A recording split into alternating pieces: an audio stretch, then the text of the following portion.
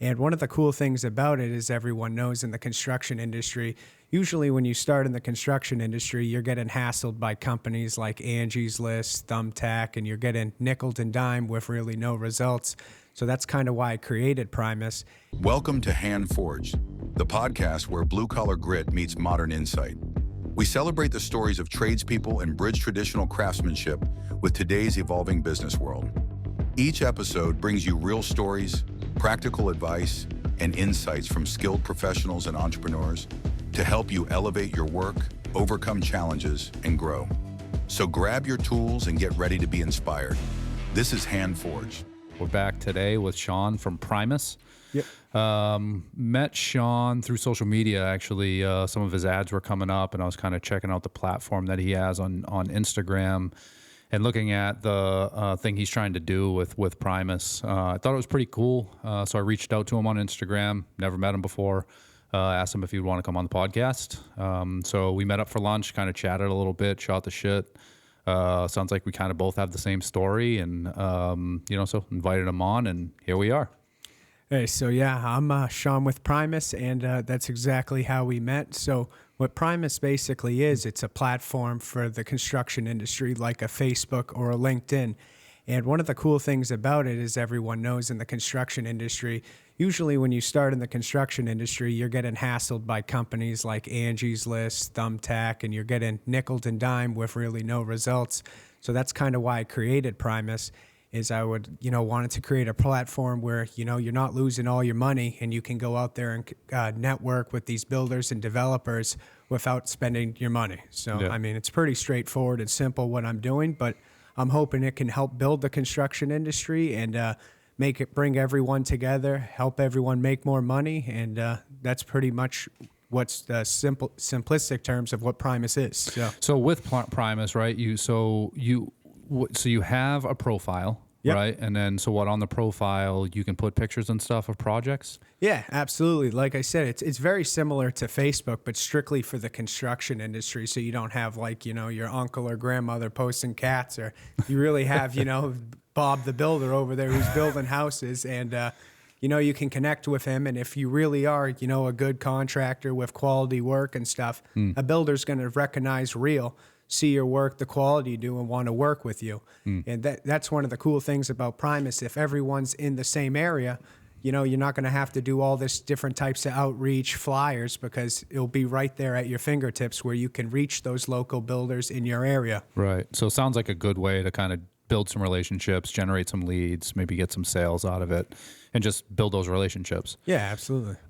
So with it, is it a regional thing? Like, is it just for certain areas, or are there people from all over the country? So there's actually people from all over the country. I try to start it regional, but as you know, with social media nowadays, that lasts about 3 seconds. So I did want to only do New England, New York, and New Jersey, but actually right before our podcast started, I was getting a call from Texas. So now I've become a call center as well, or customer service. People from Oregon, Texas are trying it out, and they're really interested in the platform because it's not too hard to tell. No one's really happy with like Angie's List, Thumbtack, Procore. People want change, and yeah. I'm hoping to bring that. It's a long-term process. Obviously, this is not going to happen overnight. Right. But hopefully, I can do something to, bring change to the construction industry. That's really what I'm looking forward to. I love that, man. I love that. And is there a way to direct message? Yeah, absolutely. There is a chat feature right now. Like I said, just like LinkedIn.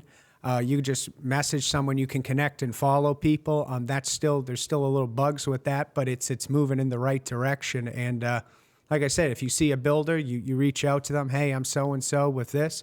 This is what we do. Are there any projects, you'd like me to help you with? It's pretty straightforward. It's just, you could showcase your work. You can even post, videos up there and really show who you are, Yeah, I love that.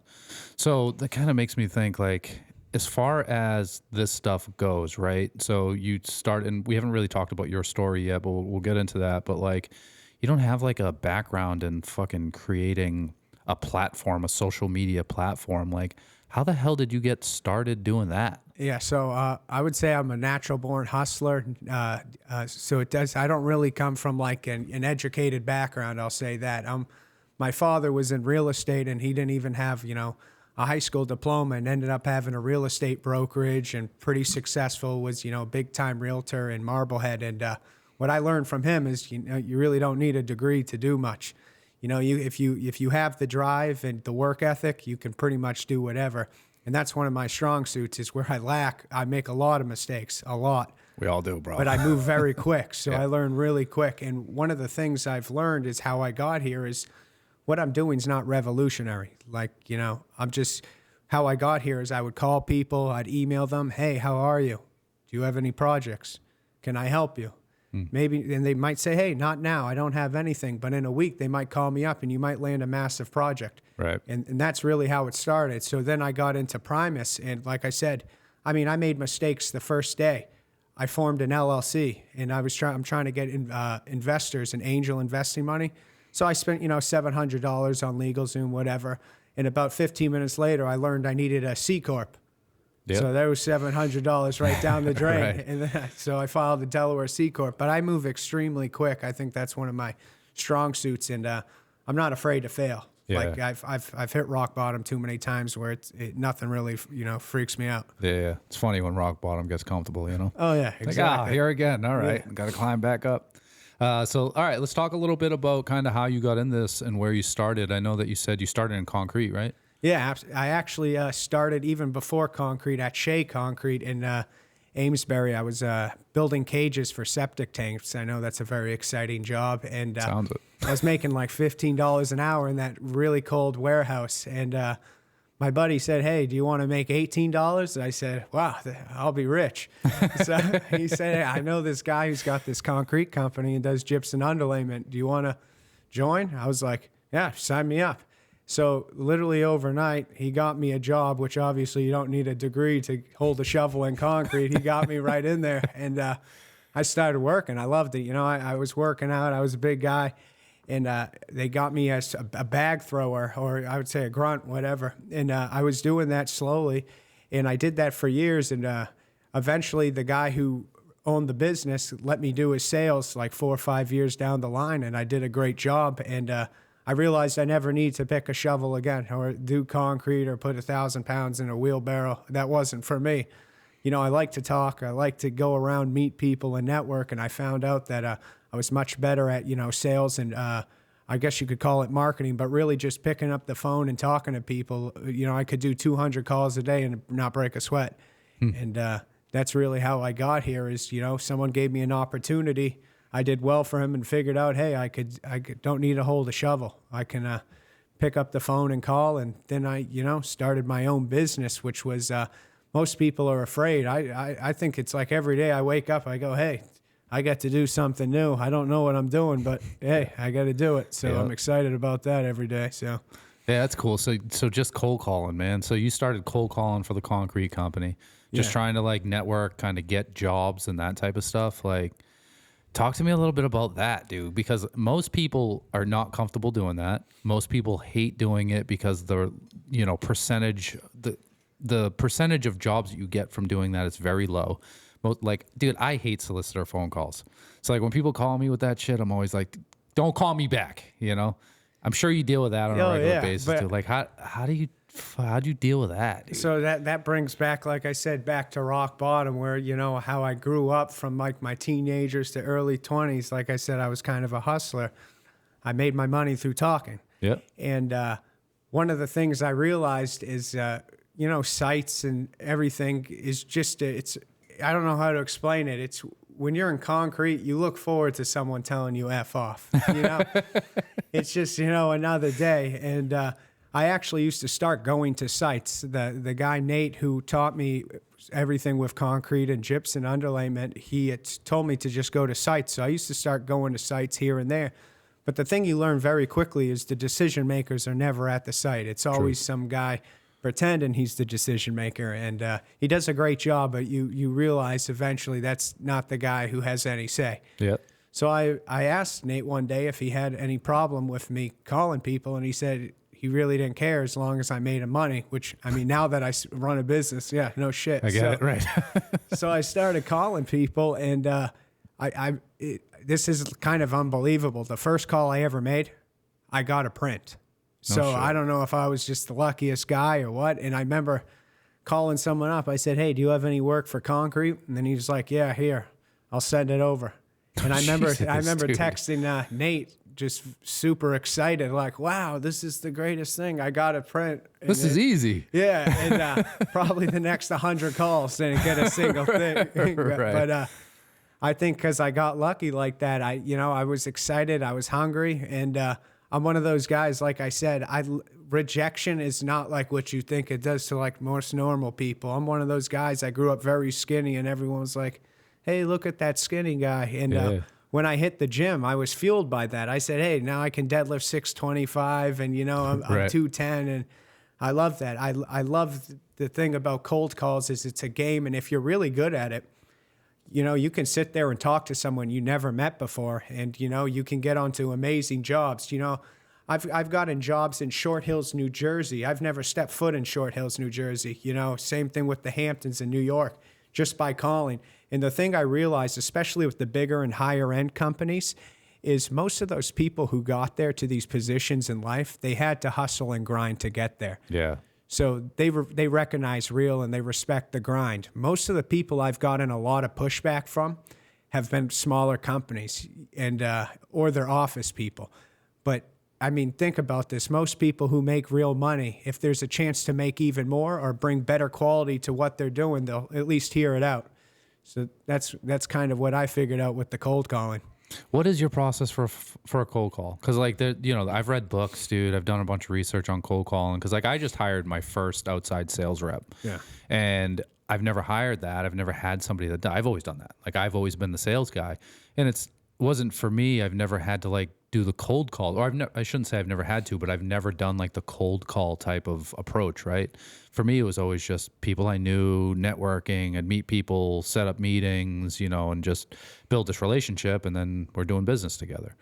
What is your process for a cold call? What do you think works? Well, I mean, it's quite simple. I know a lot of people who do blind cold calls. Okay, that's not the way to do it. I like to look at who I'm calling before, what value I can bring to them, and if I know there's a secretary there, how to get by them. Like, for instance, when I would do cold calls for JIP, I would know how to get by them because I said, hey, listen, I know about this project that's so-and-so big, and I know what your competitors are charging, and I would love to work with you. I've been in the industry, done all this and third. Can I please speak to a Patrick? I would know the owner, or I would know of them. I don't just go in there and play the secretary's game because I can do the best impression of a secretary. You call them, hello, so-and-so, I was wondering if you wanted more Gypcrete projects, or can I speak to, so-and-so, and they're just going to go into regards to what? And then they'll go, I'll give you my info email. I mean, it's pretty simple. Right. So you got to bring value, or I wouldn't say trick them, get by them. Say, no, look on the website. Oh, Jeff's the owner. Yeah, no, Jeff called me earlier. He told me to give a call back. I forgot his number because I have so many calling me right now. Can you just send me right over to him, please? Usually they'll do that. I mean, 9 out of 10 times, you'll get that, one person that just is power tripping. Yeah. But that's whatever. Eventually you'll get by them as well. I mean, my father taught me this early on. He's like, if you get to the owner, you become the gatekeeper's best friends because that's their right-hand person. So even if they're a pain in the ass, if you can make them feel good about themselves and make them feel like they actually have some sort of purpose, because then they'll let you through and bring value to you as well. And I kind of go in there with a fuck it, just go in there, but I make sure to always have some type of information that I can bring value to. And I think that's the problem with a lot of people who cold call is they really don't have a clue about what they're offering, or does this person even have a value for what you're offering? So they waste a lot of time. Interesting. So doing cold calls, then you're doing site visits, you're doing the cold calls, and then you started another business before Primus, right? Yeah. And what was that? So it's MCK Ventures. So that's basically an outreach program for contractors. And what we do is we try to connect contractors with builders and developers. As you know, a good connection can lead to scaling, growing your company, and really bringing your company to a whole new level. And one of the things I realized doing outreach for the guy, Nate, who showed me concrete and Gypcrete is, like I said, you get one connection and next thing you know, he's got another crew. Yep. Now that crew's, 5, 10 people. Now he's got another one, and you can really build off a really great connection. And that's what I try to do for people. Now, one of the things I've also learned with like contractors, if you ask any single contractor, they'll all tell you they're trying to grow and scale. In reality, most of them just would like another couple connections. Yeah. They don't really want to be the biggest and baddest out there. Right. So that's kind of why I created MCK Ventures, where you don't have to do a 6-month-long contract with a marketing company, where you can work with us for 2 weeks, a month, whatever works best for you. We'll get you a couple more builders and developers. Hey, you're happy. You're making an extra 50, 100K a year. I'm happy with the money you gave me. We never need to talk again. Or, hey, 6 months later, you want to grow again? Come reach out and we can do it all over again. But what I do is not revolutionary. It's just many people don't want to do what I do. Yeah, it makes sense. I like I said, I feel like most people are super uncomfortable doing that. Even trying to get my outside sales rep to do that is tough. Yeah, I think it takes a special kind of person, man. Yeah, no. You know? One piece of advice I would say is if you can somehow make them put skin in the game or give more of an incentive to them where they get, addicted to do it. And that's, like I said, if they're able to make more money doing it, then you'll find a good cold caller. Yeah, not everybody's like money hungry or money motivated like that, though. I feel like sometimes you got to find ways to, like I always kind of associate it with like a video game, right? Yeah. When you start off in Call of Duty, right? You have no attachments to your gun. You have no camouflages. You have, all these things that like you play the game to get like that next attachment or next camouflage or whatever it is, right? And I haven't played a Call of Duty in forever, so maybe it's not that way anymore, but like there's got to be levels. And like regardless of how much money you make, right? So say I'm giving someone $1 million a year to be a salesperson for me. The next year, regardless if that's more money than any other salesperson in the industry is making, they're going to want more money. Absolutely. So it's like you almost have to, that's why we put key performance indicators in place, is that like you have to have those reachable goals for them in sales. Like, this is how much, our average sale is $25,000, right? I want 1 sale a week, right? So if you hit $100,000 for the month, then you get this much in commission. But if you hit 125, then you get this much commission, and like keep it as like a game almost. Like you have to have those goals. The thing is that like what's hard, I think, is that some people just aren't very money motivated, so it's like, how do you keep them motivated? How do you keep them trying to sell? And I totally agree with you. Like I said, find the right person's hard. Yeah. And one of the things about me is I'm very prideful with the people I work with. So I'm working with a tile guy, and his radius, let's say, is like Cape Cod and Plymouth. I want my tile guy to get every single project down there, and I will make sure of that to the point he's on every job and stuff, and all the other tile guys are like, get the hell out of my radius. That's kind of how I got one of the biggest gyp clients, I had. I was taking all this guy's business out of like Greenwich, Connecticut, and the Hamptons. And I remember he called up me and he goes, "Hey, is this you?" And I was like, "No, that's not me." Because like some random guy called me. I'm like, "Who is this dude? Like, how the heck did he hear of me?" But he kept hearing from me through all these general contractors that I was calling and doing stuff. And he wanted to sit down one day. He came from coffee. He came all the way from Connecticut. Came and met me, and he was like, "Why won't you admit that this is you?" I was like, "Well," and then he pulled up an email, like 6 different emails of me. I was like, "Okay, that's me." You got me. And then we ended up working together for about 6 months. I helped him connect with more builders and developers, and it was pretty cool. But like that's the thing I'm prideful in, is like getting my clients the best jobs out there, and being able for them to get reoccurring business and be able to grow and scale so they can do what they want. Like if they want to go travel or, have more people on their team, they can do what they want. Yeah. So you kind of monetized making connections, like monetized networking. Yeah, absolutely. Like I said, not many people have time to do it. And I know a lot of contractors are more skill-based than network-based. For sure. They have unbelievable talent. They could, build whatever you ask. But when it comes to like looking you in the eyes, telling you about their day, they have no clue how to do that, which I found very interesting. True. It's true. So you have both companies. Are you keeping both companies operating and trying to grow and scale both companies, or are you you have more eggs in one basket than the other? I'm trying to grow and scale both. Now, Ventures right now is doing very good. I mean, to the point that's why I created Primus, because there was too many clients and I couldn't keep track of what was going on with who and doing what, and even bringing in more people.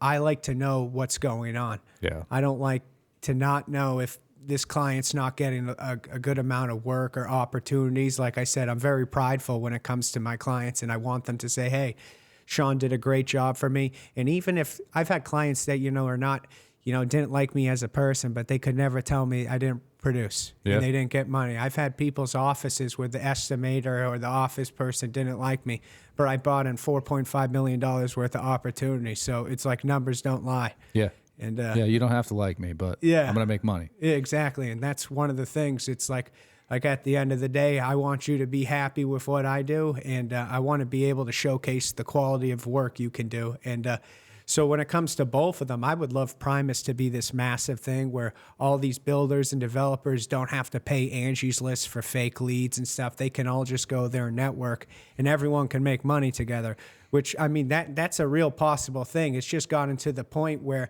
these sites really don't have verified contractors. There's too many fake people out there not doing quality work. So you have builders and developers that really don't want to open their doors to new contractors. But if you have a site where there's real reviews, verified profiles, they have the work there showcased with, client testimonials, and everything's put in one place, builders will be more open to work with new people. Yeah. And obviously someone would say, well, there's LinkedIn. LinkedIn's gotten to the point it's just absolutely a status thing. Yeah. It has nothing to do with networking and just random salespeople just bombarding you with weird ways of openings that I've never seen before or would never do. No one taught them sales. Like, I don't want to read your life story. Right. Like, tell me hello or something. Right. Yeah, I don't even open LinkedIn anymore, man. I have a lot of connections and stuff on there, and I do have some friends and associates and stuff that I still work with on there every now and then. But man, like, if I open that right now, I probably have 200 messages in my inbox, and it's just like, it's funny because you can actually go through all of those messages and see all these different companies that are using these same approaches to cold emails, because they all start off the same way, but they all work for different companies. Like, they're all reading the same book on how to do cold emails. And it's like, Jesus Christ. Like, my problem is, especially with emails, more so than anything else, is that you want to meet me, you want to do business with me, you want to connect, you want to network, come find me. You know what I mean? Like, absolutely. I want to meet you face to face. I'm a personal kind of guy. Most of the blue collar guys are all that way. Handshakes and eye contact go much further away with me. Like, I'm not a huge fan of people walking into my showroom, and I have a no soliciting sign on my door. So I can use that to kind of throw them out when I want to. But every now and then somebody walks in and I'm like, I might listen to this guy, And like, I just would rather that. Like, I network all the time. Everybody knows where I'm at. I'm always posting my shit on social media. If you want to meet me, come find me. Come talk to me. You know what I mean? Like, don't send me a fucking email that's like written like everybody else's sales email. It shit drives me crazy. No, and you're 100% right. I used to have arguments with office people and stuff. Like I said, I don't come from like a college degree background. I probably have like a third grade English level, to be real. Yeah. And one of the highest returns I've gotten on emails, and I'm talking about $1 million projects plus with Gypcrete, concrete. I thought I wrote it right, but there goes the third grade education. So I would send like one sentence. I swear to God, I'd say, hello, do you have any projects that could use concrete? ? Probably like 6 words spelled wrong. The sentence is 6 words. Best, Sean, my number. I've got $1 million projects. Meanwhile, like you said, people are over here. I got a dog named Freckles and this, that, and the third. I've been in the business for 25 years. I know contractors. There's a hierarchy system when you go on sites and stuff. And whether you believe it or not, you got the people doing the shovels, you got the foremen, you got the GCs and the builders. And I will guarantee you this. There isn't one site I can't walk on where I can be walking into the house. I know how to work builders. I know how to talk to them. I know how to show them respect. And like you said, if you're going there just to sell, they can smell that. They know you're just what can benefit me. Right. But if you go on there and say, hey, Jeff, I would love to take a video of your project. I know you don't have no clue who I am. I was just driving by. I saw the work you do, and I gotta say, it pisses me off. I see these builders nowadays that think they got quality work, but after seeing what you did, I thought I'd stop by and say, and then you shoot the shit for a little bit. You don't try to sell your stuff right away. Yeah. And then if, some of these guys are tough, so you go, you got to meet it. You got to meet the toughness. Yep. You can't just let them, bulldoze you. You got to show them who you are. And then next thing you know, you can be sitting there talking, and then you build a relationship. And that's how I've got it onto sites, And that's one of the things I like you said, people walking into your showroom, they only want what benefits them. Right. But if you went in there and they offered you something, hey, would you mind if, like I took a picture of some of your work and posted it for you, or some type of value? Yep. Then you'd probably be much more happier than, hey, well, can I get money out of this guy? Right. After you worked a long day, maybe it's not going well, and this kid comes in here just asking for money. I mean, that's what I've learned is what value are you bringing to someone? Yep. Yeah, I had 2 guys walk into the showroom yesterday. I was there by myself. My designer and sales rep were out at a lunch and learn at one of our fabricators, and phone's ringing, dude. Like, I'm trying to get some stuff done because I'm leaving today on vacation for a couple of days that I haven't taken in a long time. Trying to get some stuff done so I can get out of there and know that I wrapped up everything I need to wrap up. And these 2 guys walk in, and they're with a real estate brokerage firm, and they're trying to get someone to buy a building in like Georgetown. And like, all right, cool. Door-to-door real estate sales I've never seen before. That's interesting. That's interesting. For me, I almost wanted to talk to them about that. Like, how's that working for you? Like, I've never seen a door-to-door real estate person. Like, and they came in, but it was just like you said, like, they just want to sell me something. They just want money. They want it, And I get that. Everybody's trying to make a living. Everyone's trying to make money in sales. But, like, my time's valuable. My network is valuable. What I bring to the table is valuable. And if you want to come in, like, those people are much better off coming into me and being like, hey, what's up, man? My name is Josh. I work for this real estate firm. We have a couple of properties in the area. Just wanted to come in and introduce myself. This is my card. If you ever need any real estate stuff, let me know. And also, like, I'm in real estate. So, like, if I'd love to partner with you. And if I ever come across a client that needs cabinets or something, like, maybe we can do something together. Call me when you can. Like, for me, I'm going to be like, yeah, no, 100%. You're hired. Yeah.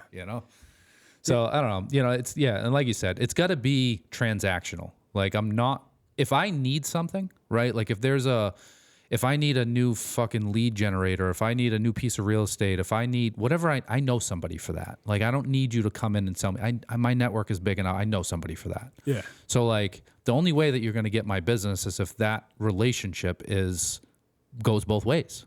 You know what I mean? Yeah, like, absolutely. If you can help me, I'll help you. We can build together. We can build a relationship. Like, that's what I want, And again, like, with what you're doing with Primus and with the ventures company, like, yeah, you're making your living off sales. Like, you're selling product, you're selling services, but you're making these connections for these people. And, like, yeah, regardless if you're in it for the money or if you're in it because you love doing it, it's a service for both people. And it's like, it's helping people. You know what I mean? Yeah. That's the type of stuff those are the types of businesses that I like. Yeah. Whether or not people want to admit it, everything in life's transactional, even love. I mean, someone's give you love, you give them love. Right. And that's one of the things with the cold emails. People go, wait, Sean, you just said, do you have any concrete projects? Yes. Most general contractors would like a lot more options and quality. Yep. So when you think I'm just asking for projects, they're going, hey, I got another option here. They do this, that. That's actually providing them value because it's going into the direction they want to. Right. But if I was just saying, hey, give me, like they're saying to you, I would have no success whatsoever. Right. And one of the other things I've learned about it, especially when it comes to the cold email, is, hey, they might not need concrete, tile, roofing, whatever, but you email them maybe once a month. 2 months down the line, they'll go into their email, type in roofing. You're the first email that pops up. They'll give you a call, or they give that guy a call, and there you go. You got a project, and you brought value to them because they needed something. Right. Yeah, and that's the best way to do it. It's how Stone fabricators, dude. Like we get a lot of stone fabricators that reach out all the time because there's a ton of stone fabricators, and like we do quite a bit in sales and countertops, and people want our business. So it's like always this, people always walking in or calling or emailing, like trying to get that business from us. And the people that have done the best in that with my business are the people that are consistent and the people that have come in and, did exactly what I just said. Like, hey, this is what I do, right? I'd love to be able to help you guys. I'd love to be able to work with you guys. And in return, like if we come across any jobs that need cabinets, like I'd love to give you that referral and maybe we can do business that way, and it's like, I don't know. I don't appreciate or respect anybody that's just going to come in to sell for themselves to try and get money out of me. That's the stuff I hate. Yeah, no, and I agree. And like you said, doing what you said, making your word actually have value. I don't know how many companies I work with where the owner has unbelievable quality. He does what he says, but he doesn't have a solid office. Yep. And that office, if he got rid of, could double his business. I mean, I've been hired by so many people where I'm sending them more projects, and the office is my biggest enemy. The secretary, oh, yeah, I'll take a look at it, and it doesn't do that, which she doesn't understand. She doesn't have skin in the game, or whoever I'm dealing with. They don't understand, hey, you didn't get back or follow up with that person. That person's never sending a project again. Now, I know I can get that person to send another project, but he's not going to have the same level of respect the second time. You lost that the first time. Right. And once you get a reputation of doing that, when I'm reaching out to all the people and that's your reputation, all you're doing is burning all your bridges. Yep. You're not going to get more projects. And I see too many contractors where they go, oh, there's so many builders out there where they go through life and they really don't care about the connections they build. And like I said, especially the office people, if you really want to double your business, make sure your office is in check. Because if not, I mean, that's one of the biggest problems I see, number one. And like you said, it's just really simple. If you say you're going to jump, make sure you jump. That's it. Yeah, man, for sure. So with these businesses and with Primus and Ventures, like, how big are you trying to bring these things? Like, what is the goal? What's the 3, 5, 10-year goal for what you're trying to do? So I would love, Ventures to be, nationwide and work with contractors all over. Currently, we only do New England, New York, New Jersey, Pennsylvania, and Florida. But I would love it to be, nationwide. And same thing with Primus. Like I said, my main goal is Primus, to be able to, build this platform up, become public with it, be able to everyone use it as a main platform. Because if you think about it, there's really not, a platform really designed for the construction industry. There's Procore, Building Connected, Thumbtack, Angie's. It's all transactional though. And, it's $1 trillion industry, over $1 trillion. Why don't we have our own platform where we can connect and network? I mean, why do I have to look at, be on the same platform? LinkedIn is like some office guy who's over here, worried about, his next promotion. Who does he have to brown nose? I don't care about that. That's the thing about LinkedIn, which I am I dislike. You go on there and someone goes, happy 27 years at so-and-so company. And then you look at all the people underneath and no one's genuine. They go, great job, Paul. You're a rock star, and this, that, and the third. No contractor or builder wants to see that. Yeah. They want to see quality work. And that's the thing I love about the construction industry. It's such a real and raw business where that's where I thrive. Yeah. I am anti, bull. And I loved, if someone says they're going to do something and they do that, that's my best friend. Yeah. I walk I talk and I walk, and I talk a lot. But I walk it, and I love that. I love that world about the construction industry where, I went through high school and stuff, and they teach you the exact opposite.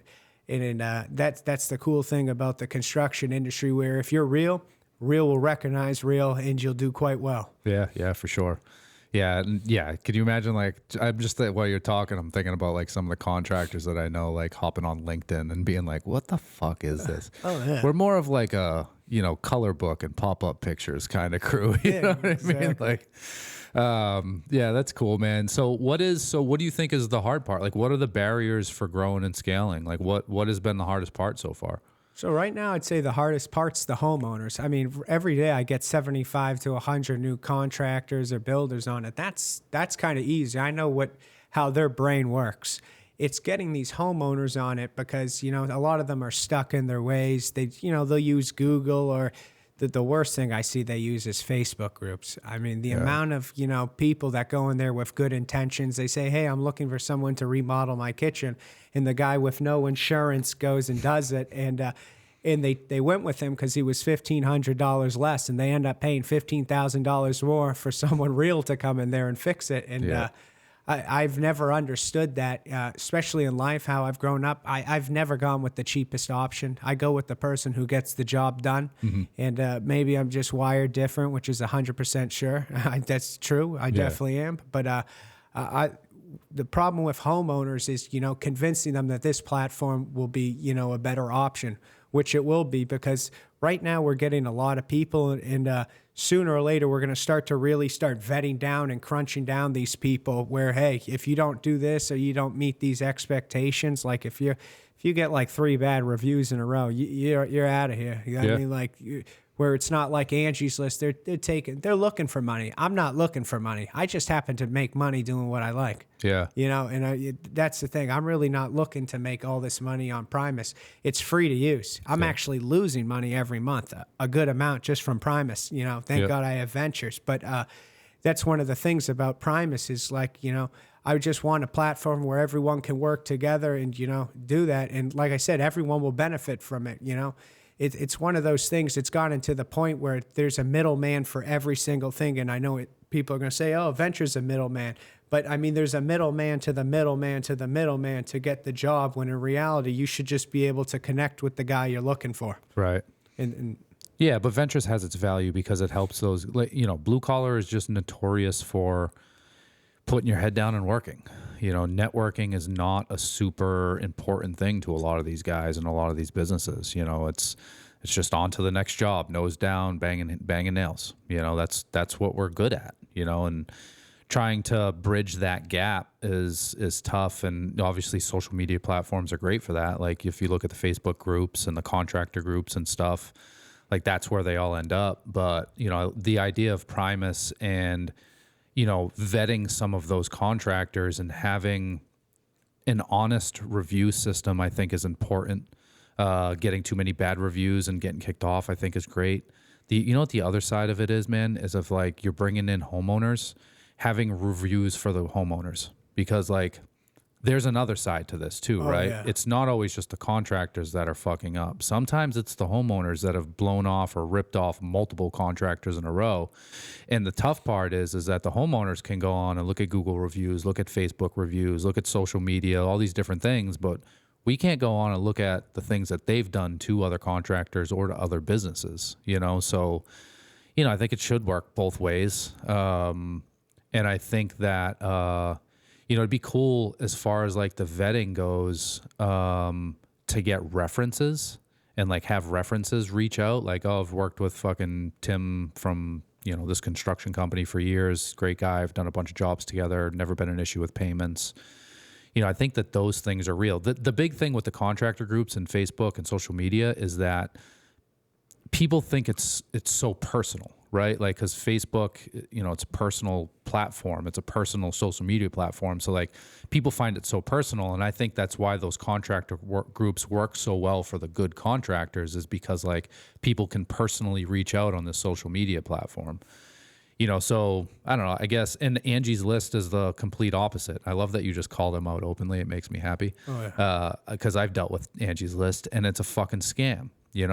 How do you think that happened, man? Because Angie's List, everybody knows Angie's List, right? At one point, that business had to have been an honest, like, good company that was like had the right motives, but what the fuck happened? So it has to do with going public, for sure. Once you get people who have never lifted a hammer in their life that are in charge of making decisions, they go, hey, we're missing out on money here. Yeah, and true. That's what happens when you get these guys in suits that are, have, interest now in it. They're not looking at for the homeowner or the contractor. They're going, hey, if we add this here, we can get another, $20 million over here or $30 million. And that's what it happens. I don't know how many stories I've heard of people who, you got all these leads on Angie's List. I heard some guy the other day who was from Oregon who called about Primus, and he was driving 80 to 100 miles to, sites that didn't exist. And it's like, and he paid for that too. So not only did you get, screwed, you paid to go out 80 to 100 miles. And that's kind of, like I said, I 100% agree where on Primus, you should be able to rate the homeowner, make sure everyone's in check. And that's kind of what I loved about the construction world, where when you would go on site, people look at construction sites as chaotic, but it really isn't. There's really hierarchy there. And like, if you're on a crew where people really respect what they're doing and, they love what they're doing, they're not gonna put up with someone who's not gonna have the same quality as the standards you have. And that's one of the things, I might have been a grunt, had a shovel and did, had a trowel and did concrete, but I was respectful and, I loved the quality I did. And if I wasn't putting in the best quality, I was pissed. Yeah. I was pissed because, I wanted to see what I could do. And, that satisfaction of having a good job done. Yeah. I think that's what's the problem with Angie's List and just all these other things. People are just trying to pad their pockets instead of, hey, which they don't realize. If you do a good job, you're going to pad your pockets because they're going to tell every single person about and then the money follows. Yeah. Yeah, it's funny how, like, the honesty thing is kind of, like, turning back around, and you can kind of see, I don't want to get political, but you can kind of see it with, like, the new administration. Like, oh, yeah. They're doing things a little bit different and trying to, like, actually follow up on the things that they say they do. And they got voted in. And, like, it shows that people are starting to kind of see some of the bullshit and in everything in this country, and just starting to really look for, like, those truthful, real, tangible things, and I think hopefully it turns for the best, and places like Angie's List and companies like that can kind of get back to their roots and just try and fucking help, man. You know what I mean? Like, I'm sure the person that started, maybe it's Angie, Angie was like one day, like, I want to help some of these contractors meet doing the same thing you're doing, right? Yeah. Like, I want to meet these contractors to help meet these homeowners and, like, try and, like, have a rating system and get them some jobs. Like, it probably started off so honest, and then fucking good old evil fucking money showed its ugly face, and there it goes, Yeah, no, that's usually exactly how it happens. Like I said, I think it started in good intentions, but once it went public, and like I said, people in suits that really don't care about what's going on, that's usually what happens. Is my father says that he goes, everything starts off as one thing, and 5 years down the line, it's nothing similar to what it started off as. And that's usually what happens, whether they adapted because that's what they needed to. I mean, think about Planet Fitness. They make their money from people not showing up. Do you really think a guy started Planet Fitness thinking no one's going to show up? Or did he go, I can't fill my gym. I might as well just make it as cheap as possible to keep the lights on. Yeah. And that's probably what happened. He probably started thinking he could, make everyone fit and healthy. And he realized he won't be able to pay the electricity bill. So he made the $10 a month thing and took whatever he could get. Yep. But that's usually what happens, what I see. So Planet Fitness lost so much money on me, man. I love Planet Fitness. I really do. Because I travel a lot. There's like 5 gyms in this area that I go to, because it depends on where I am that day and what I have going on. So, like, I bounce around to all these different gyms. And then when I go down to South Carolina, like, there's one up the street from my son's college. So it's like, I'm like, man, they $20 a month out of me. Like, they're definitely losing money on me. It sucks for them, but hey, whatever. Like I said, I'm one of those guys who works out in the basement. I do a lot of that. I like do heavy ego lifting. I'll say what it is. I like to see what my ego body. Lifting? Yeah, I'll be honest. I'm not going to overhear. Say. I like to see what my body can do, and I used to go to gyms and stuff, but I felt like the drive there, and I like to do what I'm doing. I don't really like the outside noise, and I've bent a couple barbells at gyms where I was just like, hey, I'll just bend my own barbell. I'll stay home. Yeah, it makes sense. I know a lot of people work out from home. For me, man, I have to go somewhere to do something. Yeah. Like, if I had, like, my showroom at my house, I probably wouldn't get anything done. Yeah. If I had my gym at my house, like, I got my boxing gym set up at the house, but, like, that's different. Like, if I have to go to the gym in order to, like, get in that mood to lift, and then, I don't know. I think that I have to go to a destination to do the thing. You know what I mean? Or else I feel like I'm just fucking everywhere. But, man, that's cool. So, You got Primus, you got Ventures, trying to kind of grow this thing. What have you seen that has been, what's the holdup? Like what is the thing that's hardest about what you're doing in business? Like barriers. I would say, I mean, I'm learning stuff every day. I'd say everything's hard. I don't really see it as it. I see it as learning. I mean, it's funny. I think we talked about this. I had my most profitable month ever in like October. I made, so much money for my age, and I was like, hey, this is great.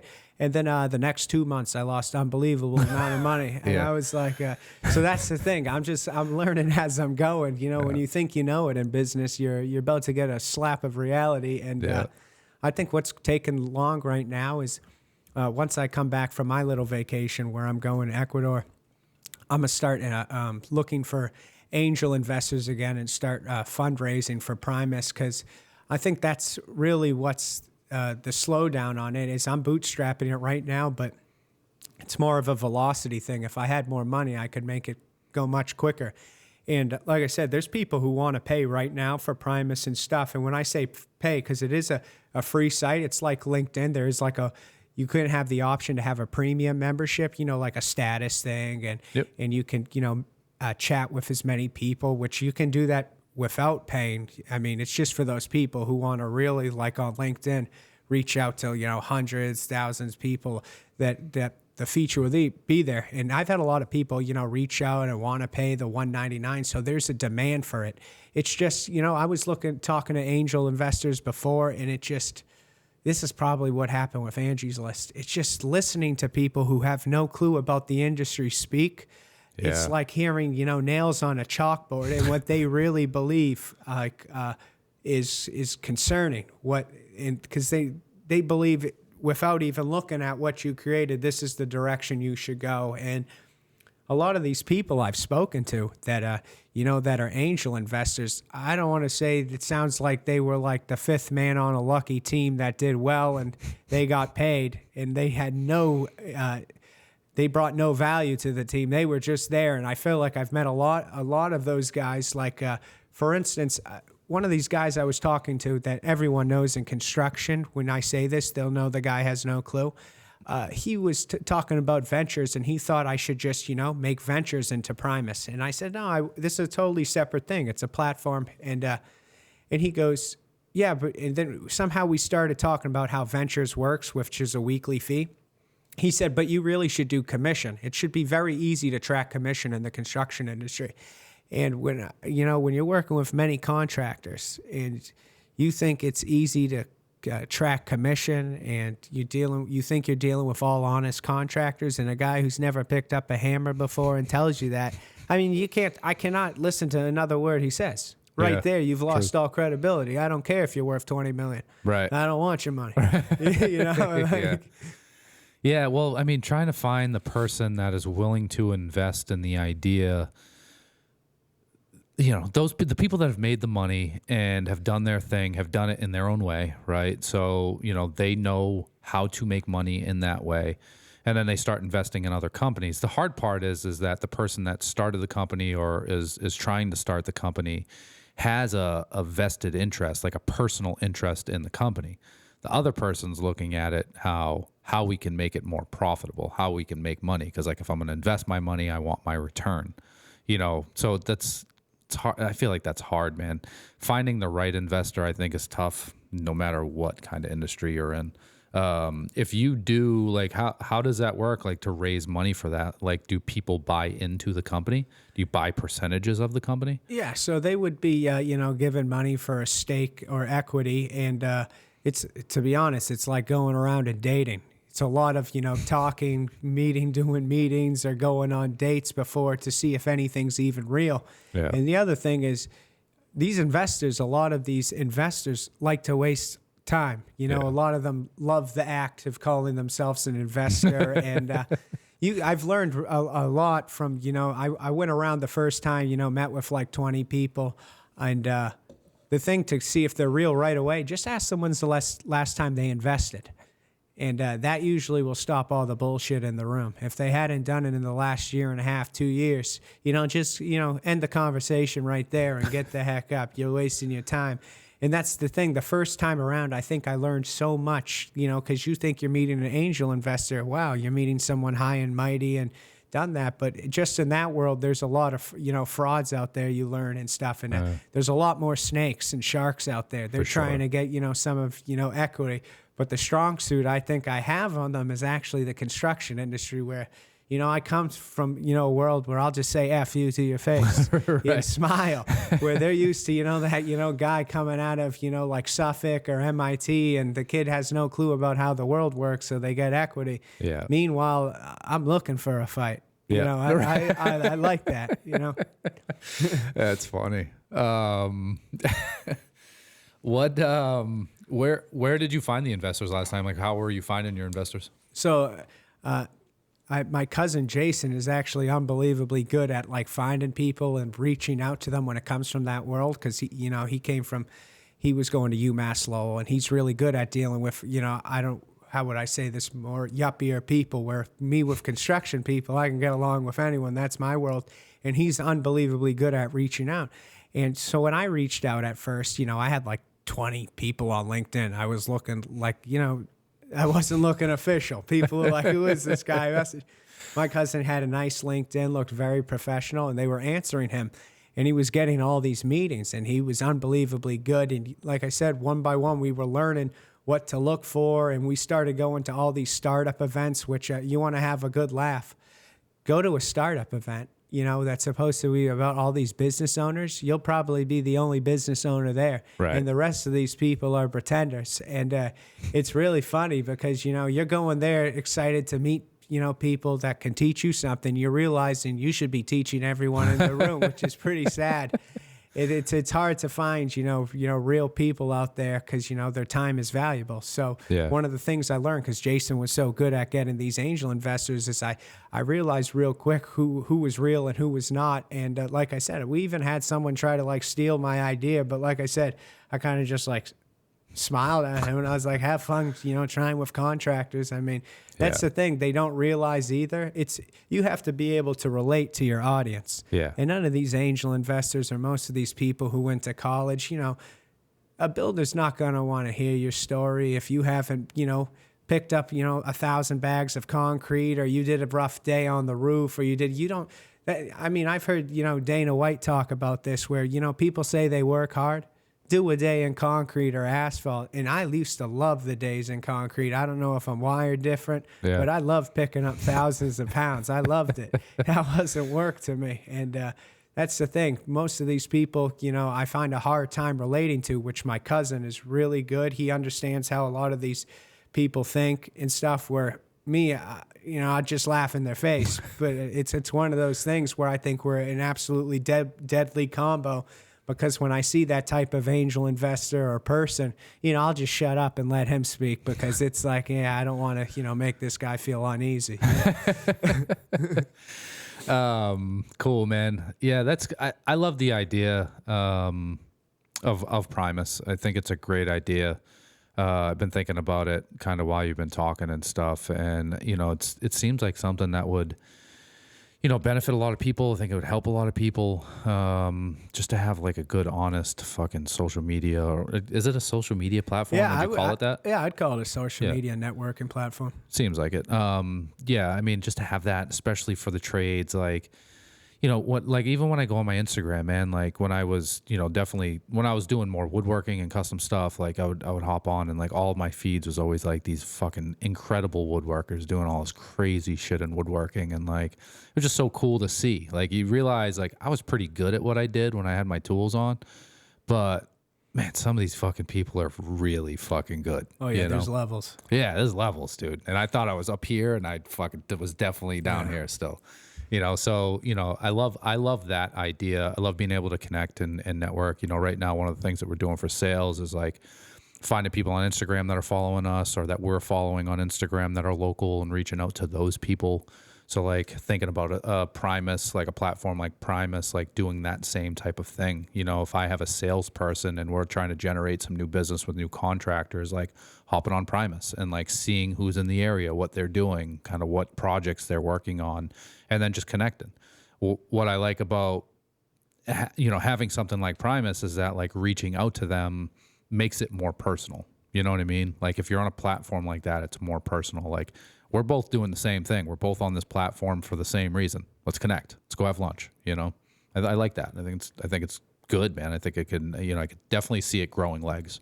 Yeah, absolutely. And from what I remember, and I know you too, when Facebook first started, it was really about, sending a friend request, meeting everyone and like talking, which I don't know what happened in the last 10, 12 years where everyone's antisocial now. Same thing with Instagram. And you were speaking about Instagram. Instagram's become like just a highlight reel of lives where people aren't really living. They're just showing what they want you to see. And it's same thing with LinkedIn, but in the business world where, everyone's got this fancy title like executive, blah, blah, blah. And it's like, okay. And I worked here and I came from here and I have my degree in this. Exactly. And builders and developers don't give a crap about that. I mean, whatsoever. No. They love what they do. That's the reason they do it. Right. The money's good. They get to meet great people and, they have satisfaction when they're done with a project. Yeah. And that's why I want to create a platform because I've even had people from the union reach out and said, even though it really would have no thing, they would, real effect of what they're doing. They would love to, be able to post stuff.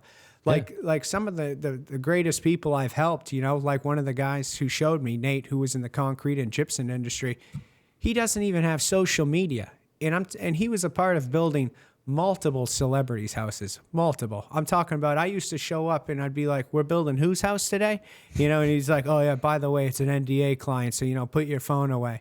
And he just consistently, he would show up to all these places. I think I was a part of every Amazon in Massachusetts. And like I said, it's not just him. I know there's so many other people like him out there that just don't show their work they're doing. And they're missing out on so much opportunity, money, being able to actually bring more people in, giving them jobs because they don't showcase their work. And I think that's one of the cool things nowadays is we have the ability to do that. So why don't we? Yeah. Dude, I've heard some of the pushback on stuff like that from some of the older contractors. And a lot of them, I shouldn't say a lot of them, but some of them or most of them maybe even are afraid that people are going to steal what they're doing. Like take their ideas and do it too. And it's like, it's such an old school way of looking at it. Like that's a good thing. Because you can't do what you're doing your whole life forever. You know what I mean? Like, well, you can do it your whole life, but you can't do it forever. Somebody has to take that torch at some point. Like sharing your information, showing the things that you're doing, how you're doing it, isn't going to hurt your business. You don't have some secret that nobody else has. You know what I mean? Yeah, and I totally agree with you. That was one of the problems with some of the people I worked with. They thought someone was going to steal it, and they are. That's how life is. Like you said, it eventually happens. No one's ever had an original idea. I don't care what you thought; it's already been done before. And that's. I remember I got into the the industry with the gypsum underlayment, and I was learning. And at that time, there was only like 4 companies in New England, and they all came from the same tree. But so if everyone's worried about stealing, well, you guys all came from the same tree, so you must all stole. And now there's probably like 12 companies in New England that do, gypsum underlayment, floor leveling. And think about this. I remember during COVID, epoxy. I mean, every other person would start an epoxy company. Yeah. There was so many epoxy companies that it was disgusting. So, I mean, it's at the end of the day, it comes to who's the best, and quality will win. You only can fake it so long before you piss off that wrong person, and he puts all those 1-star reviews out there. Yep. That's the thing. It's like I said, real recognizes real, and eventually, if you really do have a good product, everyone will know about it. Oh, yeah. Yeah, man, for sure. All right, we're going to start wrapping this thing up here. I don't know how long it's been. John, I think, is going to start yelling at me soon. He goes, no. So we're going to get into toolbox tips, man. And this is where you give everybody the practical advice that you'd give to yourself 10 years ago, or somebody that's looking to start a business or kind of get into doing what you're doing, what that advice would be. First, before I do that, if you're watching the podcast, you like what we're doing here, you're getting some information from this, if this is helping you or your business, I don't ask for anything except for a like, a share, subscribe. It's all you got to do. I fund this thing out of my own pocket. Trying to help. I'm trying to bring people on like Sean to kind of give you some ideas on what they're doing and how they're doing it. The only thing I look for is the likes, the shares, and the subscribes. So tell your friends about it, like the pages. Let us know that you're watching and that you're liking this. All right, man. Toolbox tips, baby. Give them a tip. All right. So for a tip I would give, don't be afraid to take a chance. Like I said, I was holding a shovel at one point and I was going, where's my life going? I was the happiest shoveler too. So let's not say like I wasn't, not happy about that. I got to go do this. And I thought it was an easy job, but don't be discouraged of where you are right now. Your life can change in, 3 to 6 months and it can really change like this. You can go from being, a laborer to a business owner making 4 times the amount of money in less than a year. And one of the things is, like I said, don't be afraid to learn something new. Take a chance. One things I had to learn and realize was if you're afraid to take 2 steps back to go, 10 steps forward, you're never going to go anywhere in life. I see too many people worried about, hey, I'm making $22 an hour. But if they went back to $18 for, 6 months, they can now make, $100,000 plus a year.